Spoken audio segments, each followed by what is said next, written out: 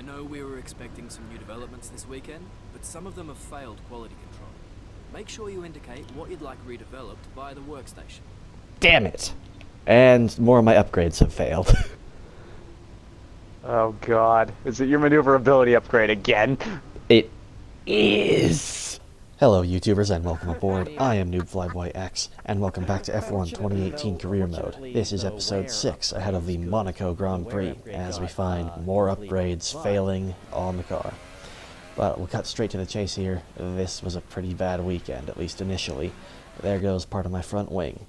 And guess what was happening pretty much at every possible turn throughout the weekend? There goes my front wing again. I thought Baku was bad for this, but Monaco, it turns out, is even worse. I had suspected as much coming into this from my experience with this circuit in F1 2011. Baku wasn't in F1 2011, of course, because it wasn't a Formula 1 track at the time.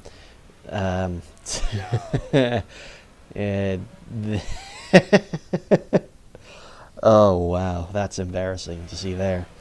It takes us until the back end of FP2 before we get a lap in that's clean enough to show without a TVMA rating.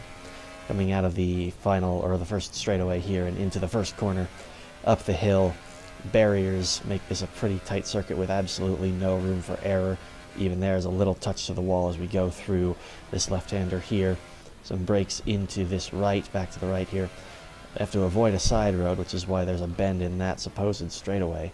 Coming down here into the Grand Hotel hairpin, the slowest corner on the F1 calendar, doing 30 miles an hour through there, and you really can't do any more or you'll bump into the wall again.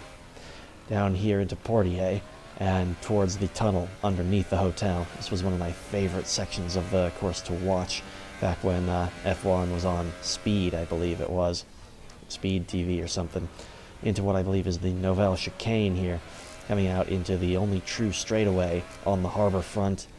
Next into this high-speed left-hander. My timidness from losing my front wing is keeping me away from the wall in the fast line.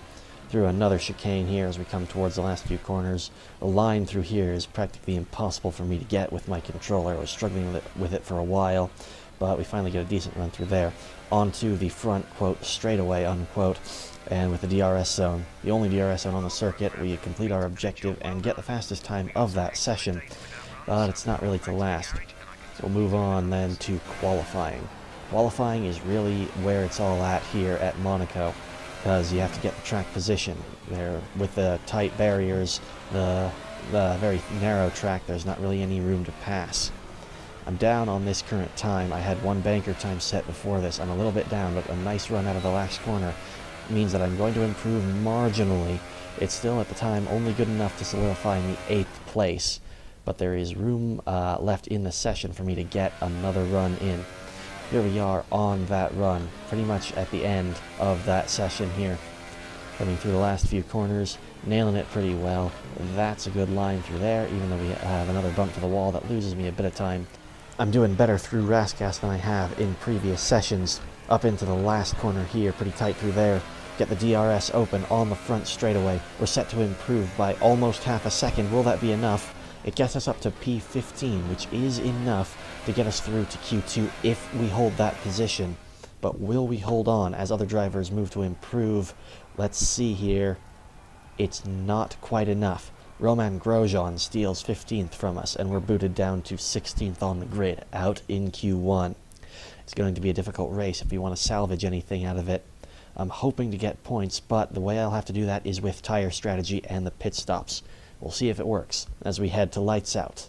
We're almost ready to go then, and this is what the starting grid looks like for today's race. Good job yesterday from Valtteri Bottas. The Finn starts from pole position, and starting alongside in P2 is Sebastian Vettel. Looking down the rest of the grid, we have Verstappen, Hamilton, Kimi Raikkonen and Ricciardo, Hülkenberg, Sainz, Alonso and Esteban Ocon, Magnussen, Perez, Stoffel Van Dorn and Leclerc, Iceman, Gasly, Brendan Hartley and Lance Stroll, Ericsson and Roman Grosjean starts from the back of the grid. And now it's time to head down to the track. No heroics into Saint-Devote, please. We're in amongst the pack and just need to stay in one piece. So it turns out we'll start from P15 on the grid anyway, as Grosjean has a penalty, which drops him right to the back. Looking here at the tire strategy, since we're out in Q1, we're able to choose the tire compound that we start on. We're going to go for starting on those Ultra Softs, the purple striped Ultra Softs, and go long into the race with a switch to the Super Softs. Here we are on the starting grid, hoping to make that longer stint strategy work, as it's 5 red lights, and away we go. The typical slow start from us as Leclerc gets away and Gasly comes up our outside trying to challenge for that position. We go late on the brakes to hold off Gasly and hopefully get a place on Leclerc. It doesn't quite work. Gasly again comes up our outside to squeeze him out as we head up the hill. Another little bump to the wall there, but that's alright. It's no damage to the car just yet, as we have the reduced damage model for the session. Van Dorn and Perez up ahead of us, sorting out their positions as we slot in here. Going pretty slow into this section here of the Grand Hotel, into the parking lot of the Grand Hotel, and we're doing 20 miles an hour. Stellar racing from everyone here. The AI cannot get through here. That's alright though. We're through there well enough, and on to Portier here, and the tunnel. I want to stay close to Leclerc. I want to, be as fast as I can to make the tire strategy work. If I let these guys get too far ahead, the fact that they're doing 2 pit stops won't make a difference. I need to be fast so that I can make up for the extra time they lose doing 2 stops, and that is even if these guys ahead of me are doing 2 stops, because I don't know that all of them are. Bump the wall again, not good, but still no damage fortunately. Into Rasgas here as we come to the end of the first lap. No positions made up or lost by anyone, I don't think, except for maybe some of the back markers, or someone up in front of me may have done something that I can't see. There we are at the end of the first lap, and we're really racing now, finally. Up the hill once more in pursuit of Leclerc. I want to just show here how difficult it is a little bit to pass on this track. If you can't see how tight it is, we can look at least at the DRS, which was added specifically to aid passing in the sport. Onto the front straight on lap 3 as we're in DRS range on Charles Leclerc up ahead of us. DRS is open and we're starting to gain, and it's over. Absolutely pointless. We're able to stay a little bit close to him, but I don't really think that's anything to do with the DRS, since that closed long ago. We nearly have a look around the outside of Leclerc, but can't quite do anything just yet. There's actually a bit of a gap from him to the next cars in front of us. I'm wondering if he has a little bit of an issue, or maybe he's just in a slow car and the others in front of him are getting away a little bit. But we're ahead of a train here, with Leclerc in front, us just behind, and the 2 Toro Rossos behind us. Behind them, it's a pretty big gap back to my teammate Lance Stroll, and I believe Roman Grosjean and Marcus Ericsson in the Haas and the Sauber. We can start to see, though, as we get on to lap 6, our pit strategy is starting to work, it looks like. As we go along the front straightaway here on the minimap here, we see a Ferrari, a Mercedes, and a Renault in the pits already, getting off those hyper-soft tires that we had the option to go onto, but chose not to. This is starting to look like it might work. We might just have something to fight for as we're up to P12. Over the following laps, a couple more cars will dive into the pits, and I'm hoping that'll get us up into the points. I'm hoping we're close enough that their pit stop will let us pounce on them.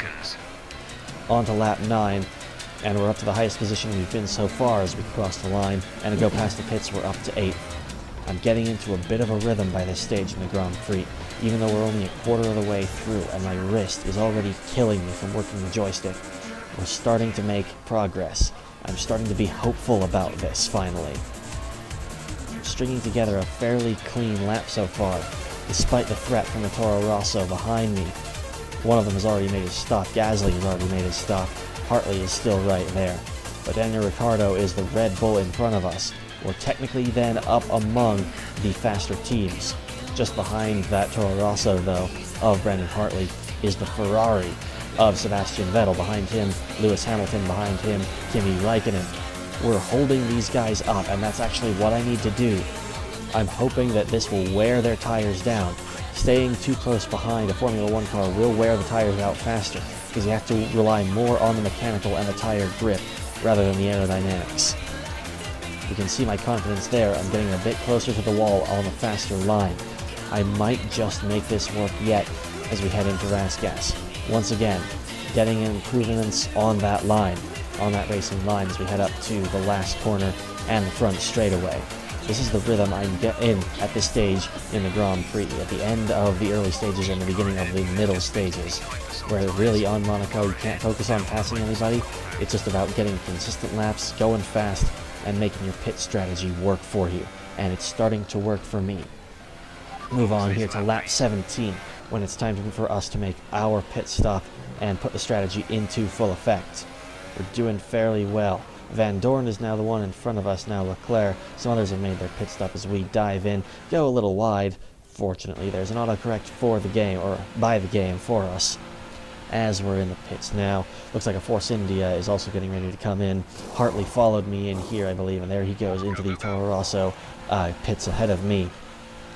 The Renault guys look like they're also getting ready for someone, and the Sauber crew. We're coming out to the end of the pit lane now. Nice and wiggly there. Stroll goes by, Ericsson goes by, and the other Toro Rosso of Pierre Gasly. We're just behind them. This is where we have to be for now. Only in 18th, but I know other cars still have to make pit stops ahead of me. Next lap, we can see Stroll and Ericsson dive in, and we are back up, it looks like, to P16. We're still behind Gasly, who we were ahead of initially, but I know he's got another stop left to do. He waits a while, up until lap 23, to dive in for his stop, though. But once we're past him, we are back up to our starting position, or past our starting position, rather. We are up to P14. We've actually gained a place in Monaco. Pit strategy or not, that's an improvement for me. That's something I was really, really thankful for. I'm wondering, though, what about the others? What about those people up front, the higher running teams, who I was trying to hold up? Well, I have some bad news. As you look on the minimap, there they are. The two Ferraris and the Mercedes, the two Renaults and a McLaren. They've made their second stop. That's why they're so close in front of me now. It's been for nothing.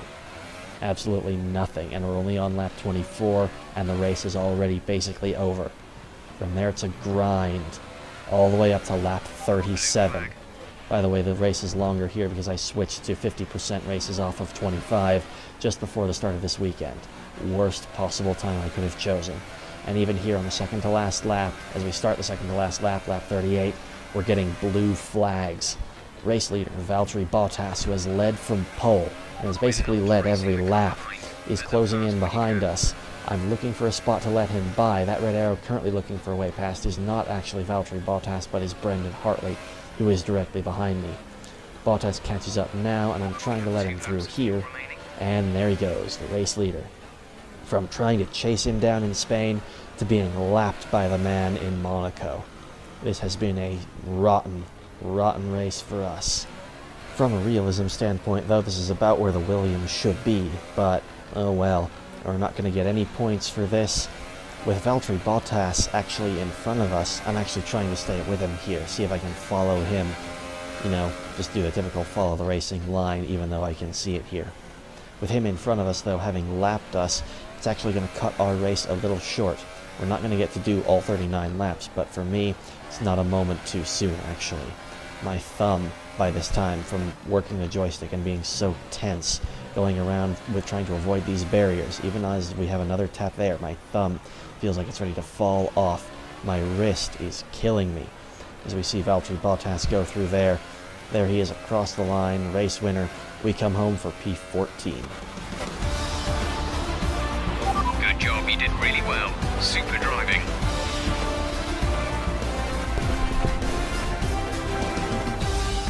Here come our winning drivers then, out onto the podium at the end of a thrilling Grand Prix.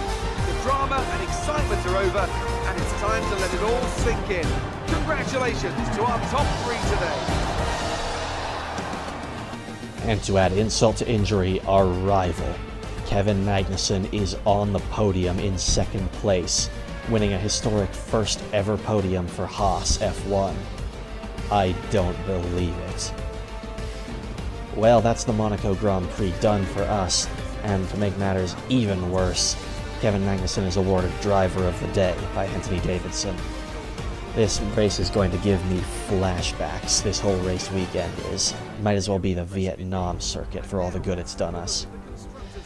Well, I suppose with that, we'll do what anyone looking to avoid Vietnam does, and that's pack up our stuff and move to Canada. Thank you very much for watching, and have a nice day.